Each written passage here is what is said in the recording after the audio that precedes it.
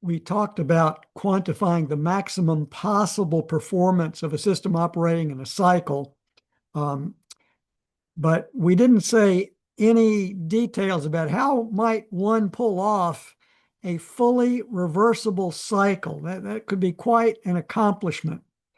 And so in this video, I want to take you through a number of the details associated with the Carnot cycle, and also introduce you to an idea of who was Sadi Carnot in the first place. So let's get started with a little history and then some gory details about how Sadi Carnot proposed a specific reversible cycle.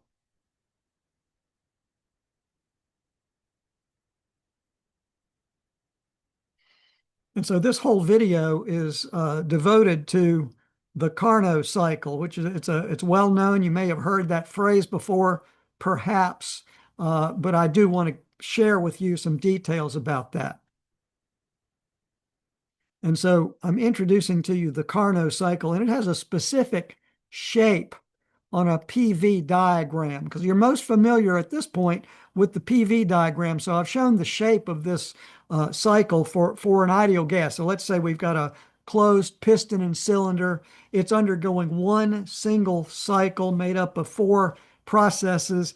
And we'll talk in detail about those processes here shortly, but it's undergoing one single cycle. And so remember that these sketches sort of represent one another. You've got a vision and some expertise in analyzing PV diagrams for network of a cycle, but also here's your schematic showing that for a system operating in a cycle, this would be a closed system in here, it's exchanging heat with a high temperature reservoir TH and rejecting heat to a low temperature reservoir TL, and it is making some measure of net work W net.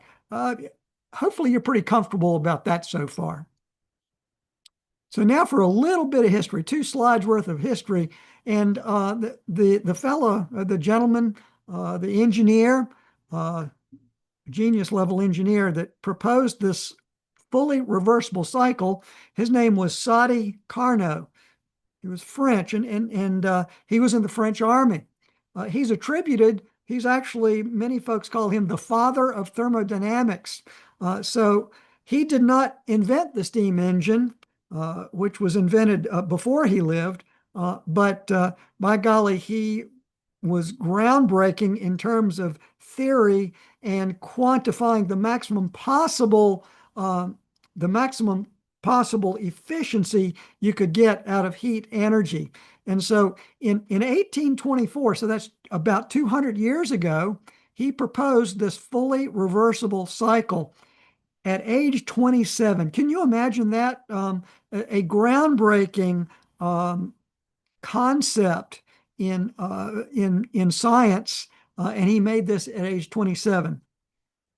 Sadly, he died at age 37 of scarlet fever. So imagine what he might have accomplished had he lived a longer life. This would be what Sadi Carnot looked like in 1830. I was able to find this image.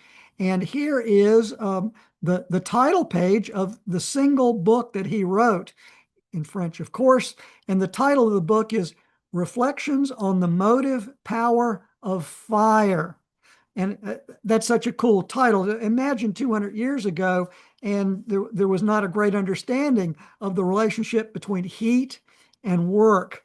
And Sadi Carnot is the individual that he came up with these ideas and talked about the relationship between heat and work and the maximum possible work you could get out of heat.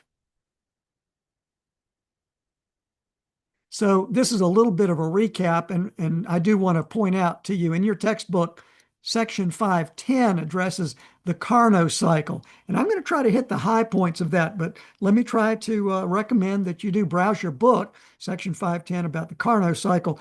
And remember, we've already introduced this concept of the relationship between heat transfer, QH and QL, for our schematic diagram, to the ratio TH over TL for any reversible cycle. So for any reversible cycle.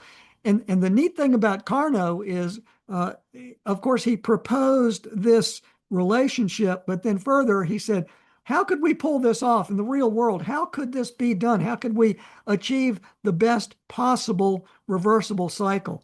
And this particular cycle that he proposed, he didn't name it after himself. That those folks that came after him have called it the Carnot cycle in his honor. So let me try to step you through what the Carnot cycle looks like, the four processes of the Carnot cycle. I'm going to sort of take my time, okay, but it will take some time. Imagine a piston and cylinder.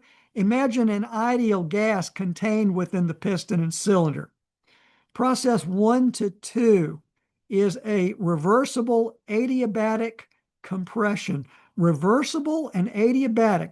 You have a feel for what that means. So on the PV diagram, we're going to start at 1, go to state 2. We're increasing the pressure, decreasing the volume in a reversible and adiabatic manner. Okay, let's see. Adiabatic, what was that? No heat transfer. Reversible, what does that mean? No friction in the piston and cylinder, no unrestrained expansion, no lost work. Okay. Process 1 to 2, reversible adiabatic compression. Volume going down, pressure going up. Process 2 to 3, the next process, reversible isothermal heat addition. Now, what does that mean? What does isothermal mean? That means constant temperature. We're adding heat reversibly from a high temperature reservoir that's hardly incrementally above the gas inside the piston and cylinder. Isothermal, we're adding that heat at a constant temperature. So notice here, as we're adding heat, we're also doing work. Look at that. Before we talk about that, you can just see on the PV diagram, work is done from 2 to 3, isn't it? Closed system, integral PDV. Okay, so isothermal heat addition. Process 3 to 4. Process 3 to 4 is a reversible adiabatic expansion. It's sort of the flip of process 1 to 2. Reversible, you got that part. No friction, no unrestrained expansion. Adiabatic, no heat transfer. Let's see, work is being done, isn't it? 3 to 4, reversible adiabatic expansion. To finish the cycle, process 4 to 1. Well, that's going to be called reversible isothermal heat rejection. So we're decreasing the volume, pressure's increasing, right? So we're doing work. Look at our area under the curve, 4 to 1. Work out is a negative number. We're integrating right to left, okay? And at the same time, we're removing heat, reverse isothermal, constant temperature, heat rejection at TL. So those are the four processes of the Carnot cycle, which is a fully reversible cycle. And in my green text box, I said, try to gain a familiarity with these processes. When I was an undergraduate student, we had to commit these to memory. That is probably not going to be the case for you as an undergraduate now, but I can assure you that if you stay for graduate school, you will need to be committing these processes to memory because of the importance of the Carnot cycle. Let's link the processes with the schematic diagram.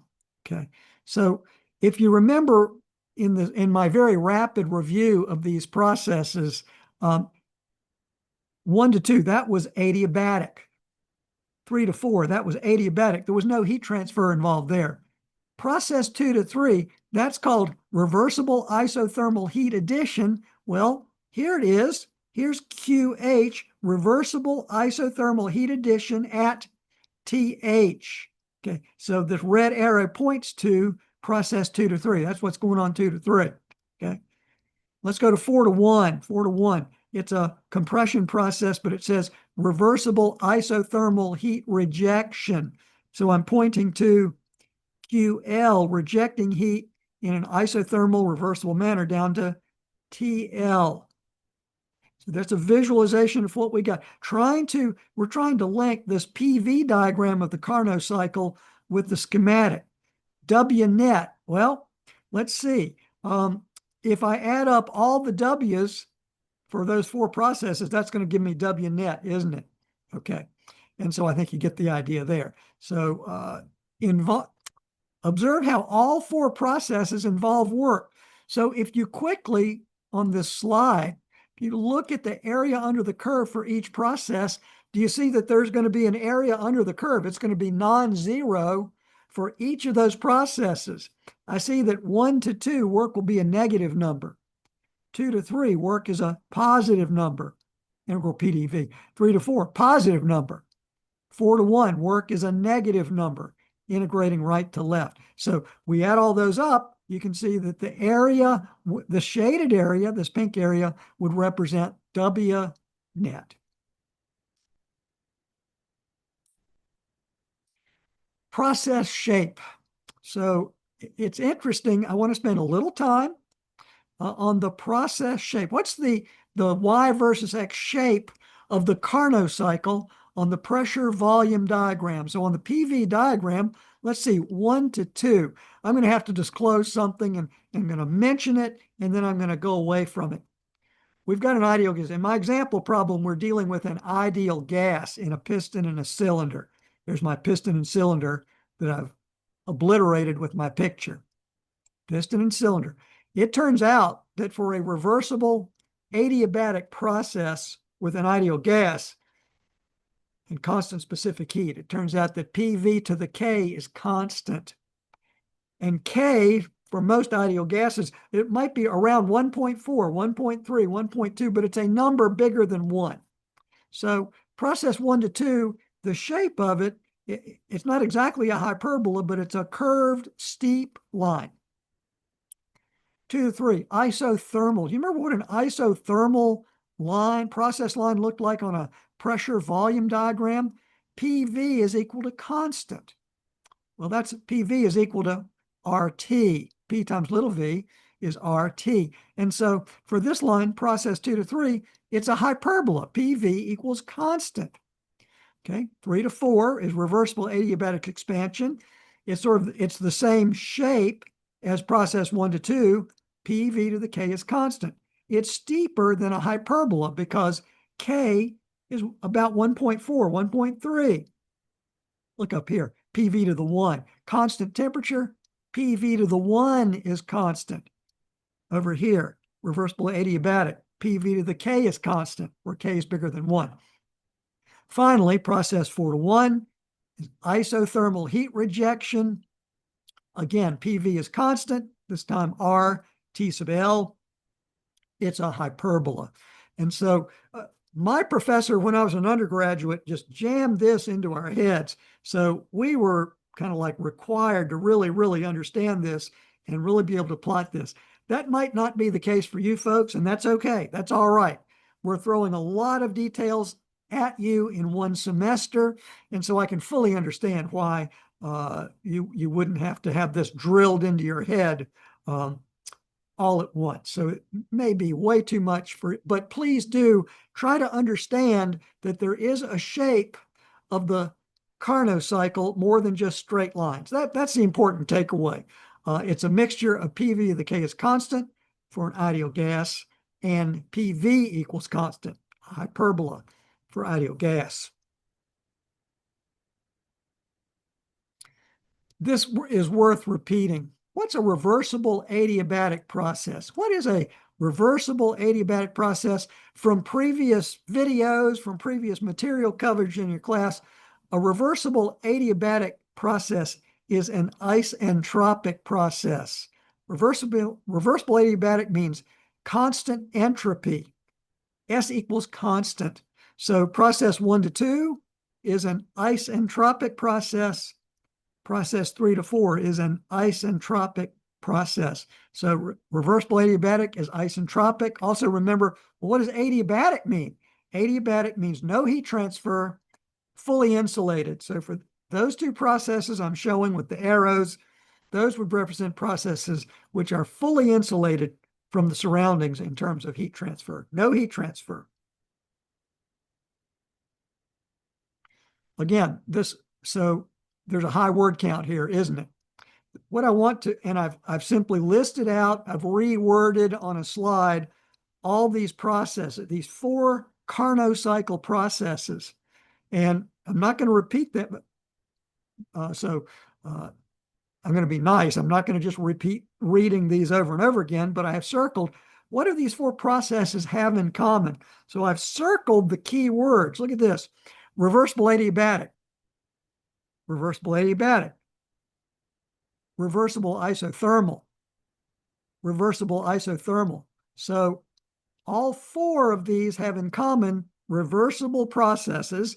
That's important to recognize. The Carnot cycle has 4 processes. All of them are reversible processes. 2 of them are isothermal. 2 of them are reversible adiabatic. So that's an important takeaway. And again, what I'm hoping to do is for some of these things to kind of land in your mind. You say, okay, I think I'm getting some of these fundamentals about the Carnot cycle, and I'm learning what makes the Carnot special. All 4 of the processes that make up the cycle are reversible. I think the chances are good that you've had enough experience now to see that the shaded area within the Carnot cycle represents the net work. And I hope that I've now, with your eyes, simply by sort of looking at this slide, you can see which processes result in work out, work greater than 0, and which of these processes result in negative work out. In other words, work required. Okay. Now what I want to do is throw something at you on the TS diagram. So we're going to start talking in much more detail throughout the rest of this whole course about the TS diagram, the temperature entropy diagram. Okay. And so I'm going to try to work you through this step by step. And so recognize on the left-hand side of the page, I've just been going on and on and on this video about the pressure volume diagram, pressure specific volume, trying to get you sort of grounded. Okay, I think I've got an understanding of the PV diagram. I see the 4 processes. He's repeated these processes 10 times. Okay, well, what is this 4-process Carnot cycle going to look like on the TS diagram? Temperature versus specific entropy, little s. Here's what it's going to look like, and I'm going to try to walk you through each of the processes. 1 to 2, 2 to 3, 3 to 4, 4 to 1. Process 1 to 2, reversible adiabatic compression. Reversible adiabatic, that's isentropic. Therefore, okay, we're going from T low, or T sub C in your book, up to TH. Let's see. Reversible adiabatic, isentropic. It's going to be a vertical line. Got it. Okay. So you think you got that? So we're going from, let's see, 1 to 2. If I look at my PV diagram and cheat over here, look at that. I've got TL. I'm starting at T1 is at TL. And then state 2, this is a constant temperature line here, TH. T2 is TH. Constant entropy, increasing temperature. Got it? Process 2 to 3. Process 2 to 3, reversible isothermal heat addition. So 2 to 3, that's a horizontal line on a TS diagram. I'm on a horizontal line.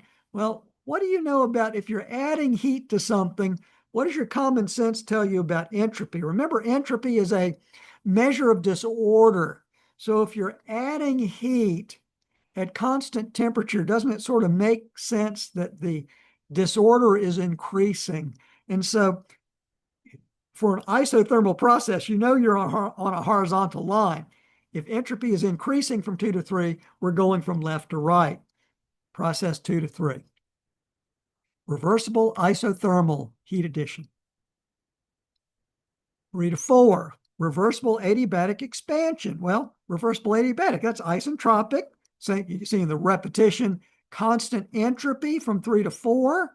I can see that my temperature is decreasing from TH, which is T3, down to T4. Well, that's just TL. There's TL on the PV diagram. So I'm going vertical line, 3 to 4.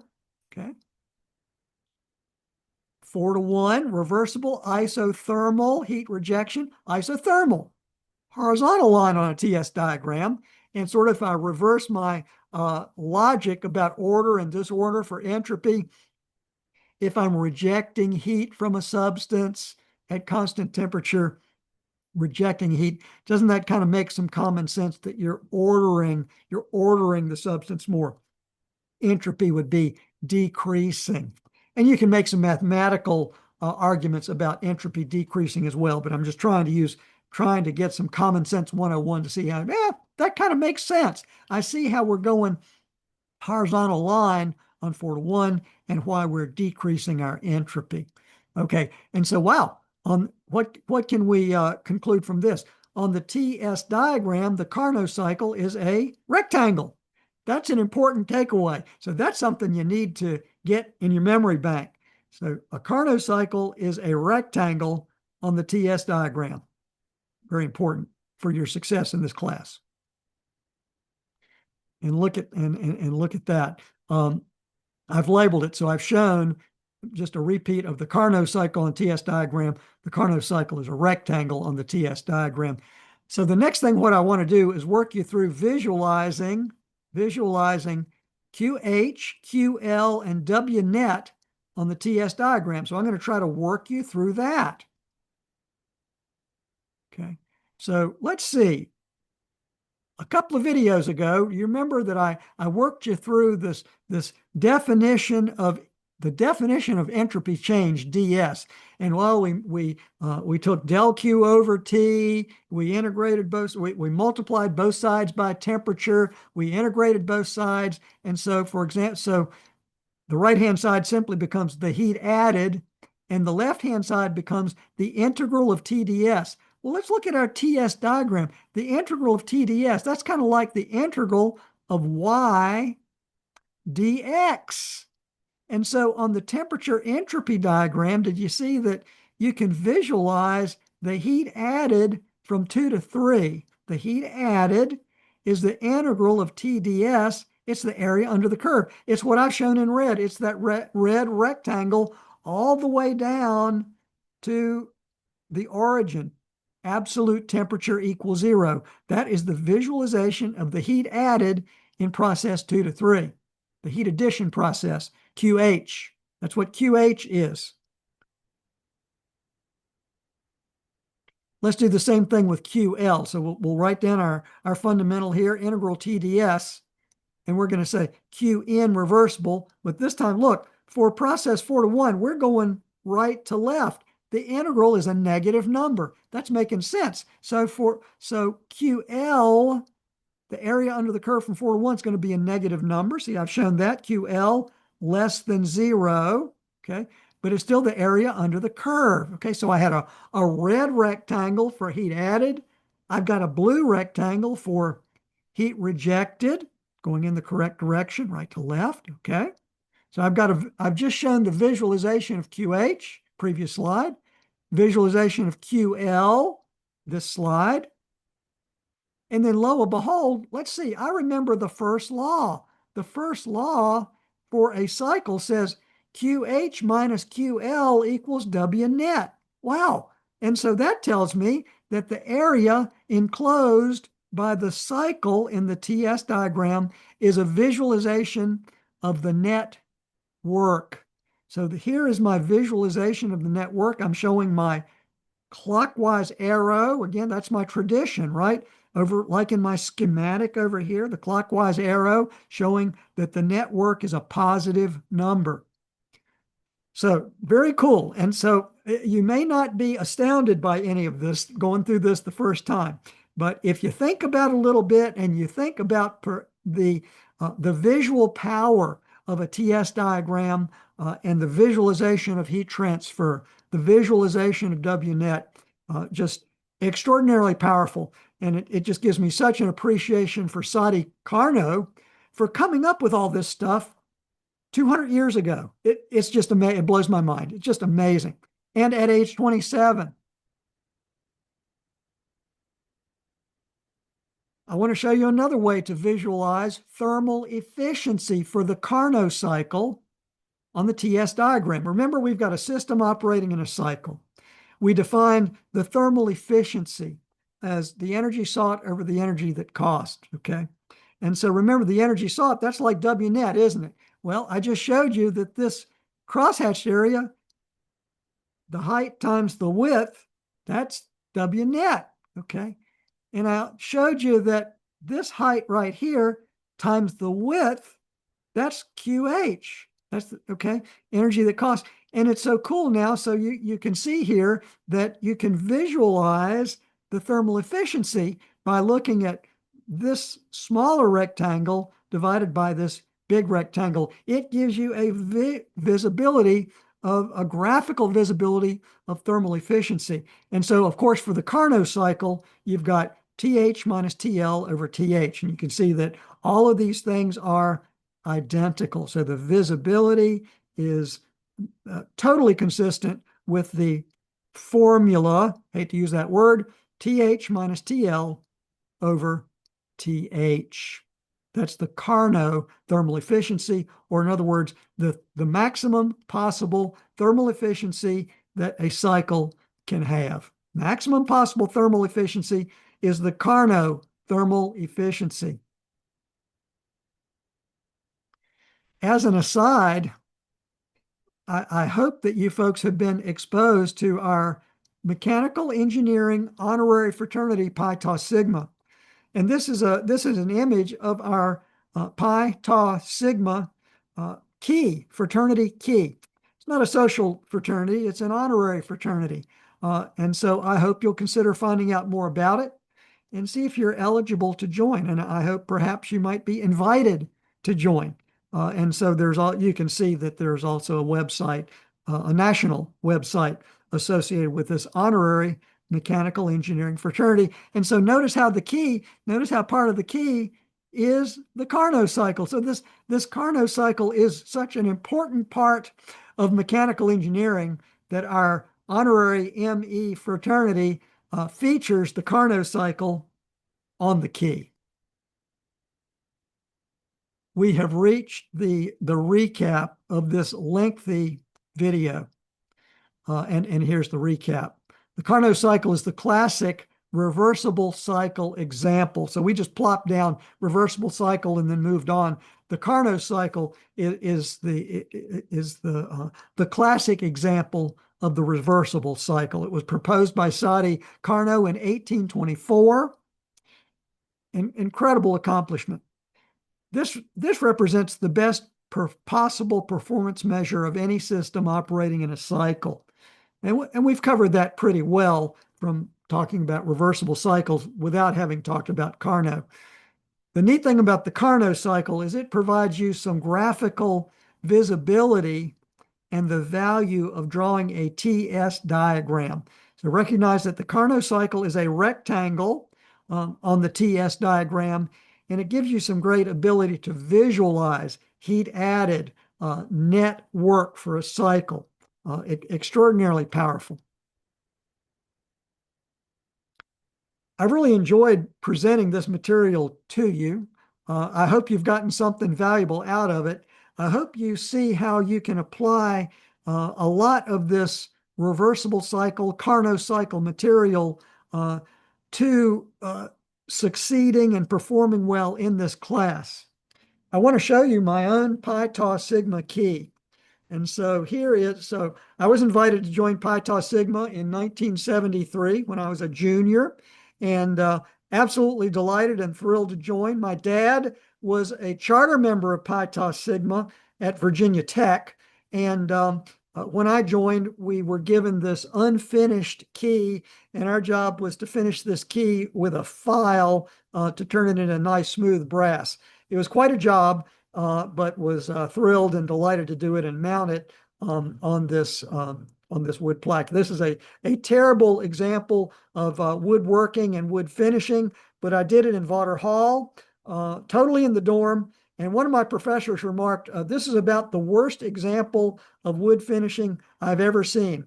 And so I was still proud of it despite my professor's feedback, but I was delighted to join and still am delighted to display my Pi Tau Sigma key in my office. Okay, I hope that helps, and keep plugging away This finishes chapter 5. Please keep plugging away. In chapter 6, we get more and more details on quantifying entropy and entropy changes.